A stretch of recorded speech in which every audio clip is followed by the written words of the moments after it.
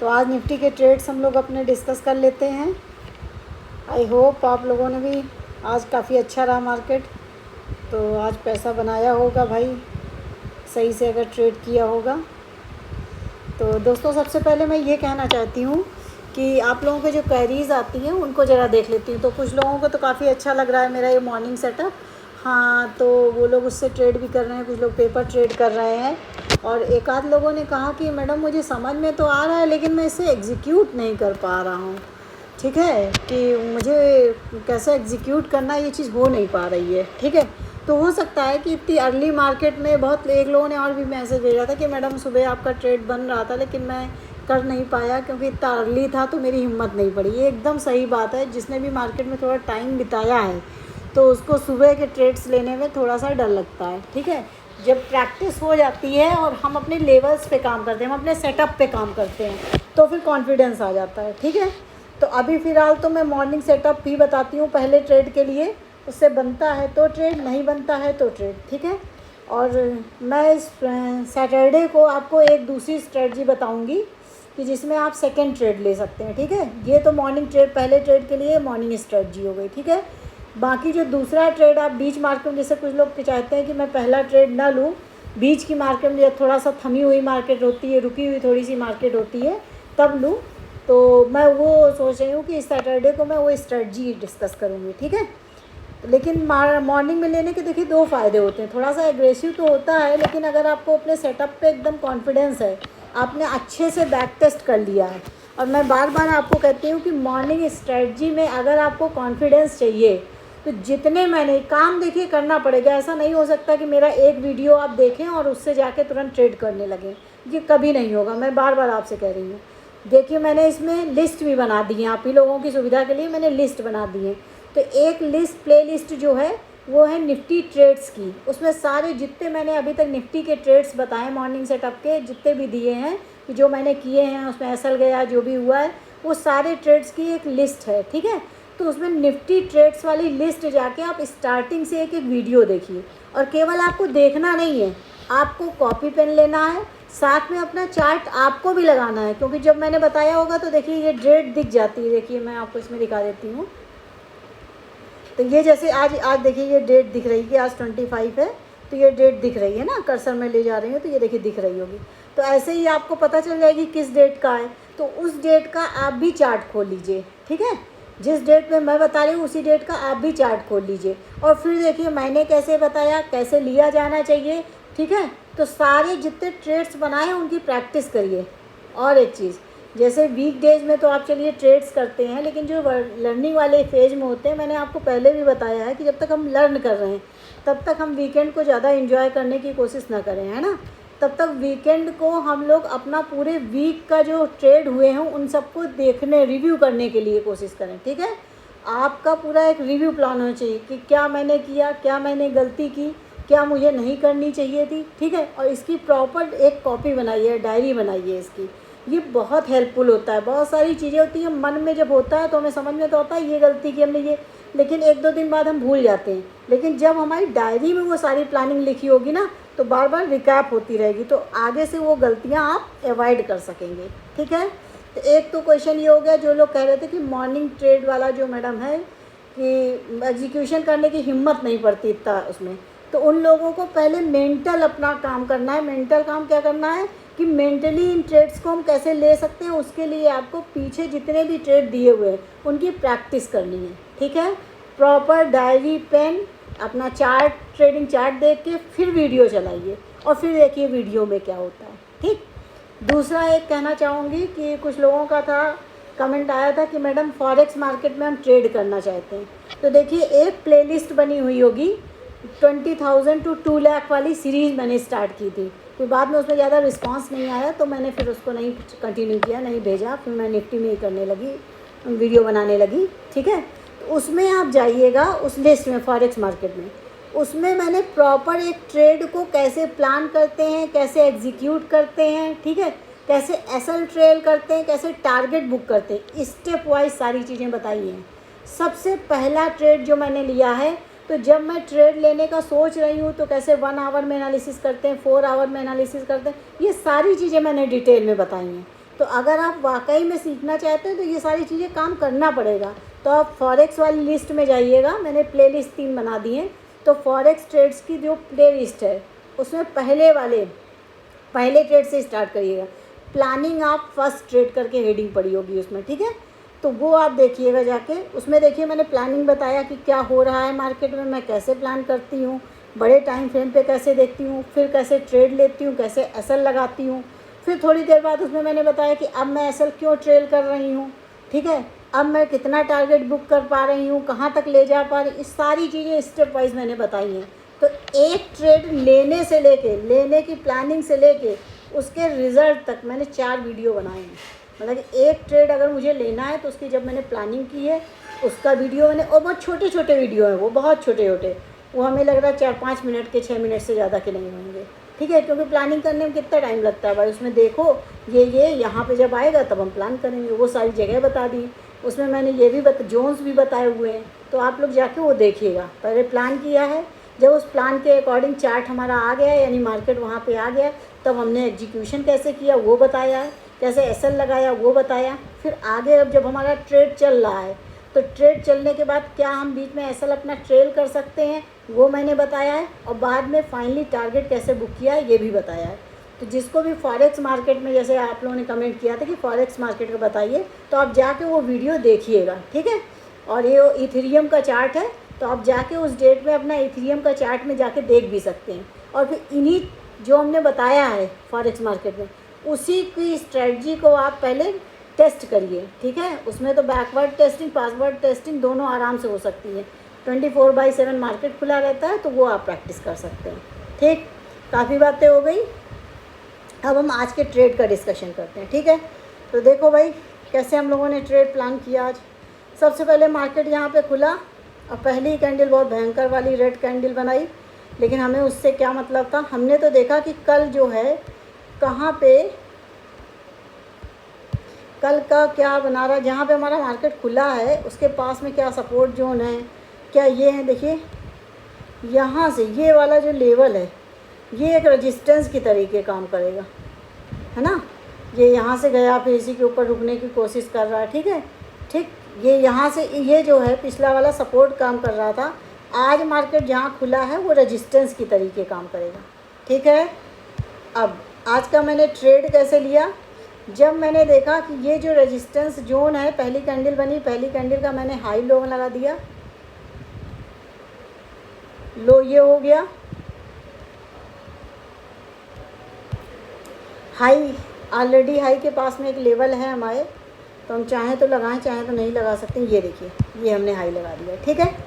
अब मार्केट ने पहली कैंडल बनाई, फर्स्ट कैंडल बनाई, हाई लो मार्क कर लिया, सेकंड कैंडल नीचे उसी जगह से लगभग सपोर्ट किया, ठीक है। फिर यहाँ पे एक डोजी टाइप की कैंडल बनाई, फिर ये बनाई। लेकिन हम चाहते तो ये ट्रेड यहाँ पे कर सकते थे, लेकिन हम लोग तब तक ट्रेड नहीं करेंगे क्योंकि ये आगे जोन है। तो हमें ये देखना पड़ेगा कि ये जो जोन है इसको क्रॉस करके कैसी कैंडल बनती है, ठीक है। इस चीज़ को मैं उस पर भी बता देती हूँ आपको। ये जो हमारा जोन था, जो सपोर्ट जोन था ये, ठीक है, इसके पीछे देखा था मैंने वहाँ पे जोन। तो वैसे तो हम लोग प्लान कर सकते थे, लेकिन क्योंकि ऊपर जोन था तो हम ये देखना चाहते थे कि ये जोन को कैसी कैंडल क्रॉस कर रही। और जब ये वाली पूरी बुलिश कैंडल इसने क्रॉस कर दी तो मुझे समझ में आ गया कि मार्केट अभी ऊपर जाएगा। जैसे ही नेक्स्ट कैंडल इसके ऊपर निकली मैंने एंट्री कर ली, और ये मेरा एसएल था, यही बस कैंडल का हमारा एसएल था, एक कैंडल का मैंने एसएल लगाया था, ठीक है। और यहीं पे मैंने ट्रेड किया था। देख लेते हैं यहाँ पे कैसे किया था। मैंने यहाँ पे जैसे ही इसका हाई निकाला था ये हुआ था, और ये मैंने छोटा सा एसएल लगाया था, और 1:2 के लिए हम लगभग बैठ गए थे। और ये मैंने जो ट्रेड, पहला वाला जो ट्रेड किया था वो मैंने किया था 24,900 की कॉल में, 24,900 की कॉल में मैंने ये ट्रेड किया था। 24,900 की कॉल में मैंने ट्रेड किया था। अभी यहाँ पे जो मैंने ट्रेड लिया है इसमें एक क्वेश्चन आपके दिमाग में आ रहा होगा, और मैं चाहती हूँ वो क्वेश्चन आप मुझे भेजें। मैंने पिछली बार भी ऐसे जब समझाती हूँ तो बीच बीच में एक क्वेश्चन करती रहती हूँ कि मुझे जो लगता है कि ये क्वेश्चन आना चाहिए था। अगर मैं मार्केट में नई होती तो मेरे दिमाग में ये क्वेश्चन आता, तो मुझे लगता है आप लोगों के दिमाग में भी आना चाहिए। अब आया कि नहीं आया वो मुझे नहीं मालूम है, तो आप लोग इसमें देखिएगा क्या क्वेश्चन आपके मन में आता है वो हम देख लेते हैं। तो हमने कौन सी कैंडल पे किया था? 1 2 3 4 5, छठवीं कैंडल पे किया था। 1 2 3 4 5 6, छठवीं कैंडल पे किया था। मैंने यहाँ पे ट्रेड किया था, छठवीं कैंडल पे यहाँ पे मैंने ट्रेड किया था ये, और यहाँ पे मैंने एसएल लगाया था, ठीक है। और उसके बाद मैंने 1:2 का टारगेट रखा था, ठीक है। और इसने मेरा पूरा टारगेट दे भी दिया था, ठीक है। तो मैंने ये 230 के आसपास बाई किया था और 251 या 52 में मैंने इसको सेल कर दिया था। 20 पॉइंट्स मुझे पहले ट्रेड में मिल गए थे, ठीक। आई होप आप लोगों ने भी ये किया होगा। एक क्वेश्चन मेरे दिमाग में आ रहा, पता नहीं आप लोग पूछते नहीं हैं तो मुझे समझ में नहीं आ रहा मैं बताऊं उसको कि ना बताऊं, फिर भी मैं बता देती हूँ, ठीक है। तो देखो यहाँ पे एक क्वेश्चन शायद कुछ लोगों के मन में आ रहा हो कि मैडम ये बताइए आपने ये सपोर्ट यहाँ क्यों ड्रॉ किया, इसको यहाँ क्यों नहीं ड्रॉ किया, है ना। अगर कुछ लोगों के मन में आ रहा हो तो बताइएगा अब मैंने ऐसा क्यों किया। देखो हमें ये देखना पड़ता है कि मार्केट ऊपर जाने के लिए स्ट्रगल कर रहा है कि नीचे आने के लिए स्ट्रगल कर रहा है। अगर मार्केट नीचे सपोर्ट बना रहा है फिर ऊपर ठहरने की कोशिश कर रहा है, फिर सेलर्स उसको गिरा रहे हैं लेकिन वो नीचे नहीं गिरना चाह रहा, फिर ऊपर जा रहा है, तो लेवल कौन सा इंपॉर्टेंट होगा हमारा? ऊपर वाला थोड़ी ना, ऊपर से थोड़ी ना गिर रहा है बार बार, नीचे से बार बार सपोर्ट ले रहा है, तो हमें सपोर्ट जोड़ बनाना चाहिए। बहुत से लोगों के दिमाग में ये क्वेश्चन आया होगा कि मैम इसको जो है आपने यहाँ से क्यों नहीं बनाया, ये क्यों नहीं बनाया। भाई ये हम तब बनाते जब मार्केट बार बार इस जगह से गिरने की कोशिश करता। मार्केट ऑलरेडी गिरा हुआ है, अब मार्केट रुकना चाहता है, तो रुकने के लिए वो ठहराव ढूंढ रहा है, तो ठहराव कहाँ से मिलेगा? तो पहला ये जो यहाँ पे 3-4 कैंडल बनी ना, जैसे एक और कमेंट आया था कि मैम ये बताइए आप जोन्स कैसे बनाती हैं। जहाँ पे हम क्योंकि 1 मिनट में हम लोग करते हैं तो 1 मिनट की कई सारी कैंडल बराबर बराबर बनती हैं, ठीक है। जैसे यहाँ पे ये देखिए, इसके पहले हम देखते हैं अगर तो कई सारी कैंडल इसी जोन में ऐसी बन रही थी, इसी जोन में कई सारी कैंडल ऐसी करके बन रही थी, ऐसी करके बन रही थी। अगर कैंडल बार बार इतने ही जोन में बन रही है तो ये एक जोन बन जाता है। अब इस जोन को काट के जिधर निकलेंगी, ऊपर निकलेंगी या नीचे निकलेंगी, ठीक है, तो हम उसी के अकॉर्डिंग ट्रेड करेंगे, ठीक है। तो इसको हटा देते हैं। तो अब इस चीज़ को हम फिर से वहाँ समझाते हैं। देखिए भले ही मैं अपना एक ही ट्रेड समझाऊँ क्योंकि टाइम हो रहा है काफ़ी, लेकिन मैं सोच रही हूँ जो भी बताऊँ वो एकदम क्रिस्टल क्लियर हो। तो यहाँ पे देखिए, यहाँ पे कितनी सारी कैंडल हैं, मैं इससे बता देती हूँ। ये देखिए यहाँ पे कितनी सारी कैंडल इस कैंडल पर रही हैं, है ना, इस जगह ये यहाँ पे कितनी सारी कैंडल रही हैं, लेकिन इसको तोड़ के ये ऊपर गया है। अब मार्केट ऊपर गया लेकिन फिर नीचे आया है, लेकिन क्या इस जोन को उसने तोड़ा? जहाँ पे रुकी हुई थी कैंडल्स, नहीं तोड़ा। तो अब ये मेरे लिए क्या काम करेगा? सपोर्ट का, कल के मार्केट के लिए। लेकिन आज मार्केट क्योंकि इसके नीचे खुला है तो ये रेजिस्टेंस का काम करेगा, ठीक है। तो हमें ये भी दिमाग में बात ध्यान रखनी पड़ेगी कि इस रेजिस्टेंस को ब्रेक करके निकलता है कि नहीं। हम ट्रेड पहले नहीं कर सकते, जब तक इस जोन को क्रॉस करके नहीं निकलेगा तब तक हम ट्रेड नहीं करेंगे। और यही सोच के मैंने इसके क्रॉस करने पे, और क्रॉस करने वाली कैंडल कैसी बन रही वो भी देखनी पड़ेगी। बुलिश कैंडल बन रही है, हैमर अच्छा सा बन रहा है तो हम करेंगे। अगर यहाँ पे कुछ डोजी टाइप की कैंडल बनेगी तो हम रुकेंगे उसके कंफर्मेशन के लिए, क्योंकि यहाँ पे एक हमारा जोन है। तो जब तक कोई जोन ब्रेक ना हो जाए, है ना, ऊपर या नीचे कंफर्मेशन ना आ जाए, तब तक हम उसके बेसिस पे ट्रेड नहीं लेंगे। तो आज मेरा यही ट्रेड था। कितने पॉइंट मिले वो भी मैंने बता दिए हैं। अब दूसरा ट्रेड की अगर बात करते हैं तो देखो भाई दूसरा ट्रेड कैसे लिया। मैं बार बार कहती हूँ अगर एक ट्रेड आपका हो जाता है, वो पॉजिटिव जाए या नेगेटिव जाए, उसमें एसएल हो या टारगेट हो, उसके बाद आपको रुकना है, ठीक है। अब रुकना है, इसको मैं हटा देती हूँ ये सारी चीज़ें।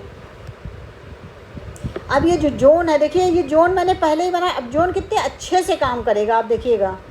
ये जोन तो मैंने पहले से बना लिया था, आगे का तो मुझे नहीं मालूम था। अब मार्केट बार बार उसी जोन के ऊपर जाने की कोशिश कर रहा था। अब हम स्टडी करेंगे मार्केट की कि इस जोन के ऊपर मार्केट टिक रहा है या नीचे आ रहा है। तो देखिए 2 बार जोन जो है ऊपर रहा, फिर नीचे तोड़ा, फिर नीचे नहीं रुक पाया, फिर ऊपर आया। अब इसको मैं बता देती हूँ इससे। देखिए ये जो है एक बार ऊपर गया इस जोन के, फिर नीचे आया, फिर यहाँ सपोर्ट लेके ऊपर गया, लेकिन ये ऊपर इस जोन के टिक नहीं पा रहा है। अब ये नीचे आ गया, नीचे भी सस्टेन नहीं, बायर ने यहाँ पे बहुत ज़्यादा मेहनत की, बायर ने यहाँ पे बाई किया, इसको ऊपर लेके गए, ठीक है। लेकिन क्या ऊपर रुक पाया? नहीं रुक पाया, इसने ब्रेक कर दिया। क्या हम इसी टाइम पे ट्रेड कर सकते हैं? नहीं कर सकते हैं। क्यों? क्योंकि अभी हमें नहीं मालूम है, यहाँ तक पहले भी जाके वापस आ चुका है। तो हो सकता है ये जब नीचे आ रहा है तो यहाँ पे फिर बायर ऊपर पुश कर दे, तो हम यहाँ पे अभी ट्रेड नहीं करेंगे, ठीक है। अब हमने फिर देखा, अब देखिए यहाँ पे फिर से एक कंसोलिडेशन जोन बन रहा है। एक मैं बहुत इम्पॉर्टेंट बात आपको बता दूं दोस्तों, ये ज़्यादातर आप चेक कर लीजिएगा, मार्केट में ज़्यादातर होता है, ठीक है। एक बहुत इम्पॉर्टेंट कॉन्सेप्ट है, ये मैं बता रही हूँ आपको। ज़रा इसके पिक करके फिर यहाँ पे मैं बताती हूँ। देखिए ये जोन के बारे में मैंने बताया, ये एक इम्पॉर्टेंट जोन है। अब देखिए यहाँ पे ये आप बताइए फिर से कंसोलिडेशन हो रहा है कि नहीं इसी जोन के पास में, ठीक है। इस कंसोलिडेशन इधर ब्रेक हो या इधर ब्रेक हो, जिस साइड में ब्रेक होगा हम उस साइड में ट्रेड करेंगे। अब ये देखिए इसमें डिटेल में, इस वाली कैंडल ने पहले इस डोजी वाली कैंडल ने ब्रेक किया, क्या हम यहाँ पे नीचे आ सकते हैं? नहीं। अभी मैंने जस्ट समझाया था कि डोजी वाली कैंडल अगर किसी जोन को ब्रेक कर रही है तो हम डायरेक्ट उस पर ट्रेड नहीं कर सकते जब तक कि हमें कंफर्मेशन ना मिल जाए। अगली कैंडल, ये वाली जो कैंडल है, क्या डोजी के नीचे तक आई है? बिल्कुल आई है, डोजी के नीचे तक आई है। अगर ये मान लीजिए, इसको समझाती हूँ मैं इस तरीके से कि मान लीजिए ये डोजी है, ये डोजी वाली कैंडल बनी गई। अगली कैंडल यहाँ से यहाँ तक आती मान लो, और फिर ऊपर चली जाती। मान लो यहाँ के नीचे क्लोजिंग, अगर इसके नीचे क्लोजिंग कर दे तो बहुत अच्छी। मान लो ये वाली कैंडल ऐसी बन जाए तो ये बहुत अच्छी। क्यों? इसने डोजी की विक के नीचे क्लोज कर दिया है, ठीक है। लेकिन सपोज दैट ये इस तरीके से ना करे, ये कुछ ऐसे कर दे क्लोज, ये ऐसे क्लोज कर दे। ये हमारी डोजी वाली कैंडल है, दूसरी कैंडल ने ये वाली ने कर दिया, ठीक है। यहाँ पे उतना अच्छा ट्रेड नहीं बनता, लेकिन 50% यहाँ पे चांसेस बढ़ जाते हैं। हम इस डोजी के अकेले के बेसिस पे ट्रेड नहीं कर सकते, लेकिन अगर नेक्स्ट कैंडल इस डोजी के नीचे आई भी है, क्लोज कर दे तो बहुत ही अच्छा है। लेकिन अगर नीचे आई भी है, भले क्लोज नहीं किए, तो भी हम उस पर चांस ले सकते हैं।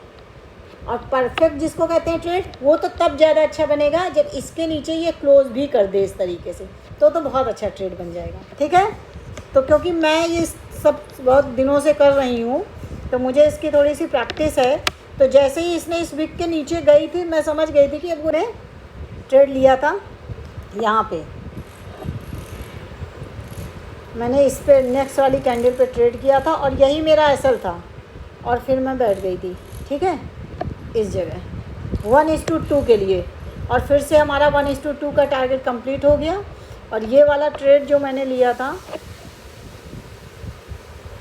दोस्तों, थोड़ा समझाने में टाइम ज़्यादा हो जाता है, मैं भी बोलते बोलते थोड़ा सोचती हूँ छोटे वीडियो बनाऊँ, लेकिन हो नहीं पाता, डिटेल में समझाना होता है तो थोड़ा सा वीडियो बड़े हो जाते हैं। आप लोग बताइएगा कि आपको बड़े वीडियो देखने में कोई दिक्कत तो नहीं होती है, नहीं तो मैं एक ही कॉन्सेप्ट को बताऊँ, एक ही ट्रेड को अपने एक्सप्लेन करूँगी, लेकिन मुझे लगता है मैं ज़्यादा से ज़्यादा कितना समझा दूँ, ठीक है। तो यहाँ पे ये वाला मैंने ट्रेड किया था 25,100 की पुट पे, 25,100 की पुट पे मैंने ये ट्रेड किया था।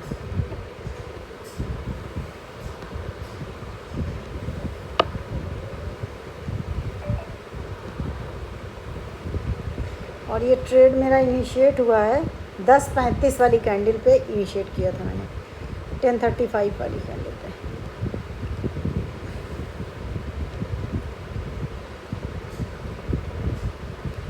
$10.35 यहाँ पे किया था, 10:35 वाली कैंडल पे किया था। यहाँ पे ये देखिए, इस वाली कैंडल पे मैंने ले लिया था, ये यहीं कहीं थोड़ा सा हुआ था, और इसका मैंने स्टॉप लॉस रख लिया था यहाँ पे, ये थोड़ा सा स्टॉप लॉस का देख लिया करिए कितने पॉइंट का बन रहा है, लेकिन 15 पॉइंट से ज़्यादा आप कभी ना लीजिए, कोशिश करिए 10 पॉइंट तक का ही लेने का। जैसे ये एग्जीक्यूशन जो होना चाहिए एग्जैक्ट 113 पे जैसे हुआ, तो एग्जैक्ट तो नहीं हो पाता है, हमेशा 113 पे अगर ख़रीदना है 113.5 पे लेना तो 114 115 पे भी हो पाता है, ठीक है। और फिर इसके बाद 10 पॉइंट का स्टॉप लॉस लगा दीजिए। तो मैंने यहाँ पे 105 के 106 के आसपास स्टॉप लॉस लगा दिया था, ठीक है।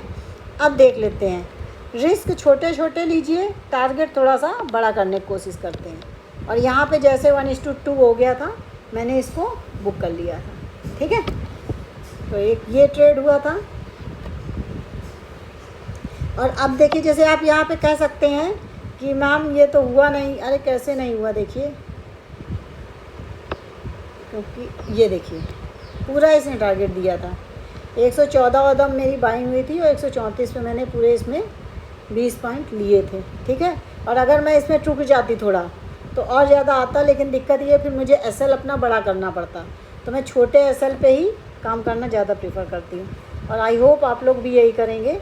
तो आप लोग अगेन बताइएगा भाई कि आपको इसमें कोई दिक्कत तो नहीं है कि बड़े वीडियो बन जाते हैं, आपको ज़्यादा कॉन्सेप्ट सीखने हैं कि बड़े छोटे साइज़ से तो मुझे नहीं लगता वीडियो के कोई फ़र्क पड़ता होगा। और दोस्तों, अगर आपको मेरी नॉलेज, मेरी इन्फॉर्मेशन जो जिस तरीके से शेयर करती हूँ अच्छी लगे तो चैनल को सब्सक्राइब करिए, लाइक करिए, और कहीं कोई कन्फ्यूजन हो तो प्लीज़ कमेंट करिए। Thank you.